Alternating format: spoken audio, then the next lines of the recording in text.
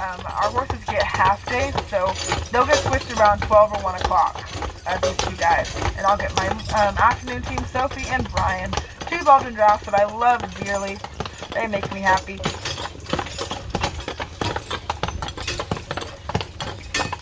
Come up. And we're going to take just another little rest break here. So I want to talk about these shoes, though. So I don't have a steel shoe, but I'm sure everyone knows what a steel horse shoe looks like. But, oh, sit and mark. Come on.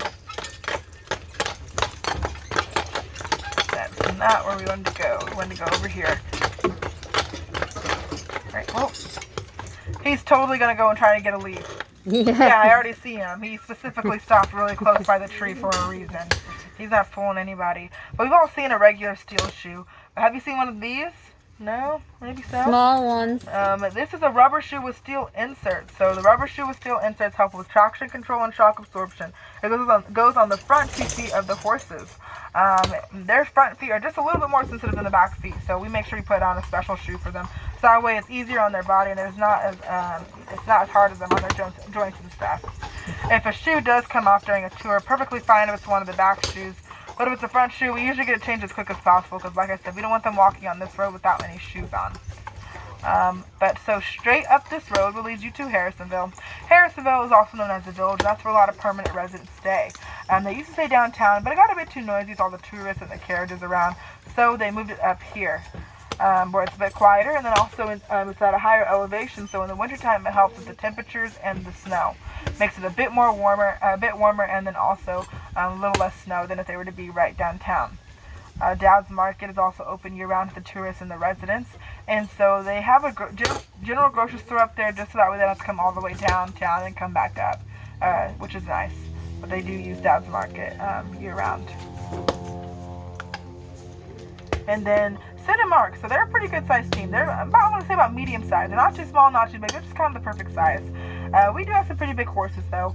Our tallest horse is Zeus, and Zeus's back stands at a good 6'1", 6'2". The middle of his back, he is so big, it's crazy.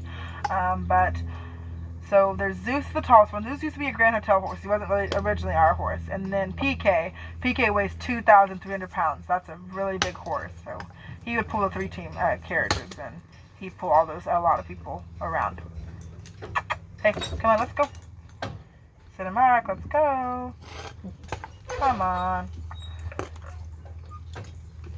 What? Well, we're just gonna sit here the rest of the tour then. Hey, come on, let's go. Had to get a little more oomph in them.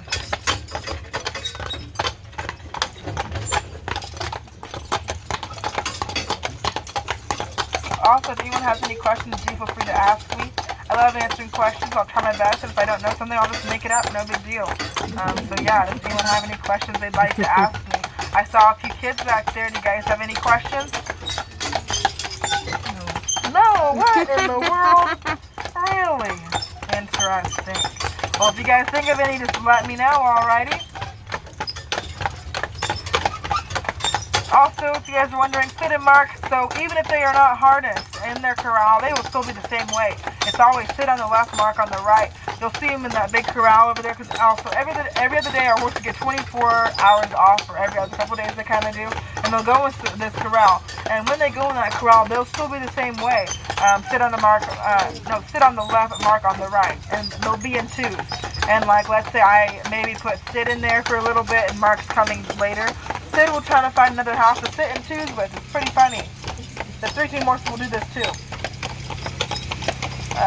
So here we have Forge of Memory. There you can learn to make a knife. Pretty interesting. The man who owns that business used to be on a show called Forged by Fire. Is anyone familiar with that show? Yeah, a few people. I've heard some good things about it, so might need to check it out sometime. Got some cute dogs over here. Hi there! On the right here we have the Grand Hotel Stables. As you can see, very nice, isn't it? This is the Carriage Museum. And then the end here is what the actual stables are.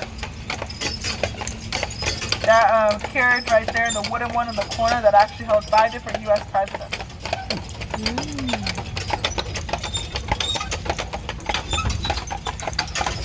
Program was going to close it down. Then they turned it to Michigan's first State Park.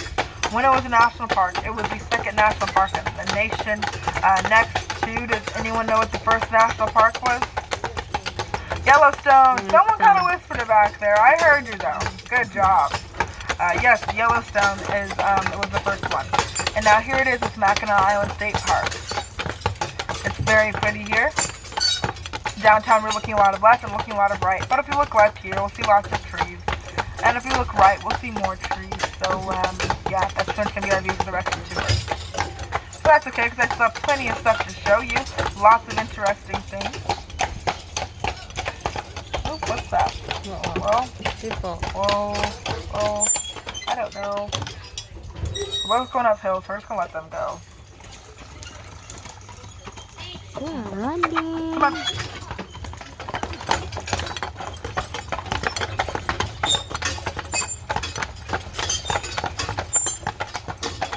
So yes, this park is very protected. So you will see lots of flowers and everything on the trees.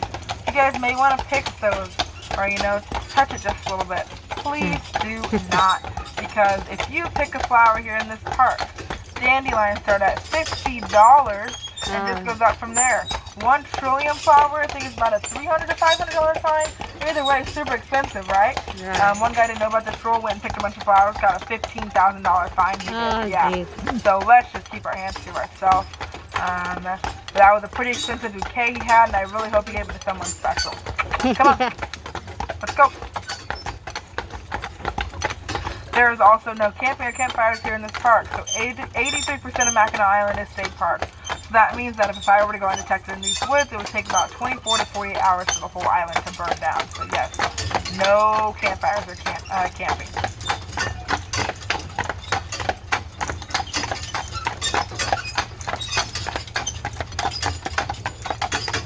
Also, if you're wondering what happens here in the wintertime, well, I will tell you. So I just want to say that pretty much in October, that's when our tourist season kind of ends. So it gets really quiet here.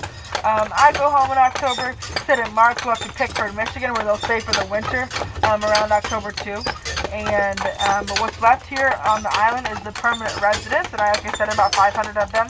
And then a few horses used for dray and taxi services.